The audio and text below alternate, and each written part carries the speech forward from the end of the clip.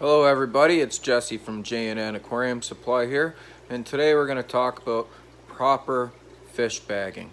I'm talking about when you're selling fish or taking fish somewhere, the proper procedure, at least as far as I'm concerned, on how to bag your fish so your fish arrive alive.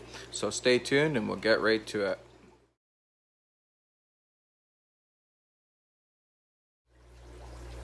So today I have to bag up a number of bristlenose plecos, long fins and short fins for a local aquarium retailer.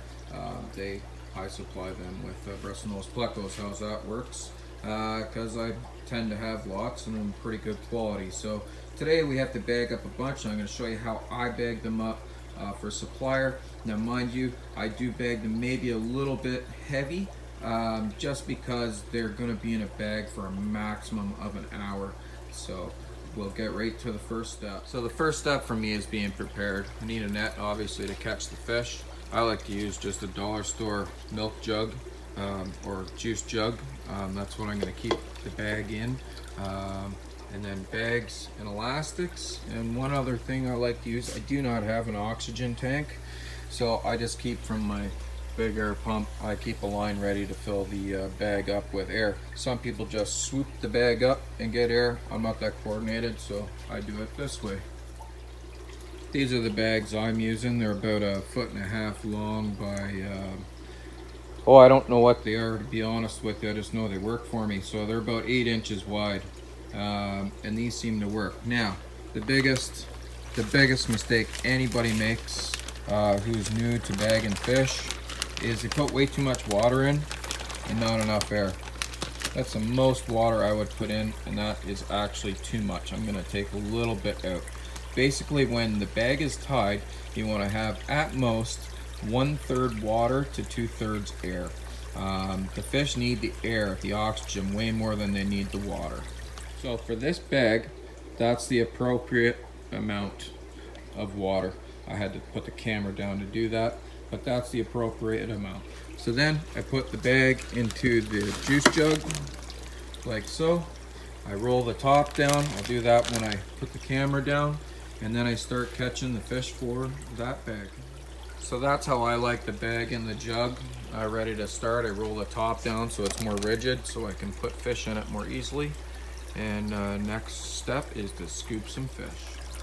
So I've scooped some of the desired fish I want to put in the bags, and now I will select them from the fish in the net and put them in the bags.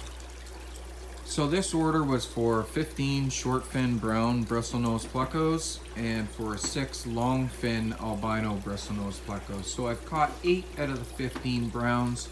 I'm going to bag them in 2 separate bags because 15 for me is too many fish in a bag.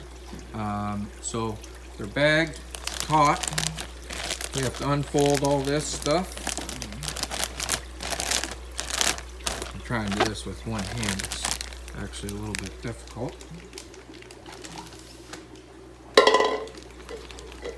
Okay, so we have 8 of them in there. They're 1.5 to 2 inches. So I've got the help of Nicole to help me here because I can't do this with one hand. But we have an airline here, and how I do it is I just insert the airline into the bag, let it fill up with filtered air from my air pump. That way I know it's getting good air at least. Like I said, the best option would be oxygen, but we don't have that. Give the bag a couple of twists, and as you can see, I'm 1/3 water to 2/3 air, and this is the proper way to bag fish. You can even go as low as 1/4 water to 2/3 air. Flip it over. Nicole's better at this part than I am. I don't do this very often. Like so.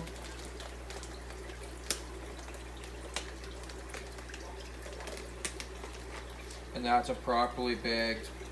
Could have a little more air in it. I will redo it. I was trying to do it for the camera. I let a bit out, but a little fuller with air. But that's a proper way.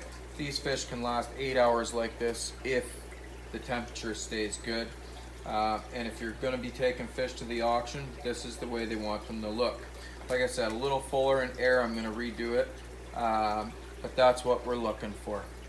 So 3 bags of fish are ready to go. There's 6 longfin albinos in this one, and there's 7 short fin browns there and 8 short fin browns there. As you can see, proper bagging. There's enough water that if the bag's lying down, all the fish are still in water, but you see how much air they have available too. This to me is proper fish bagging. So if you're going to be bagging fish for auctions, this is a huge question, is obviously you want a bag that's big enough for your fish.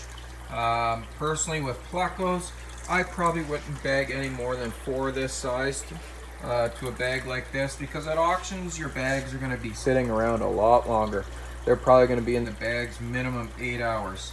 So a little more water and air per fish is what I recommend. Another thing I recommend, I'm gonna, oh, everybody get in there, see? They get caught, they get in. A cooler. I'm just using this one today because I have a very small amount of fish to take in. Any type of cooler.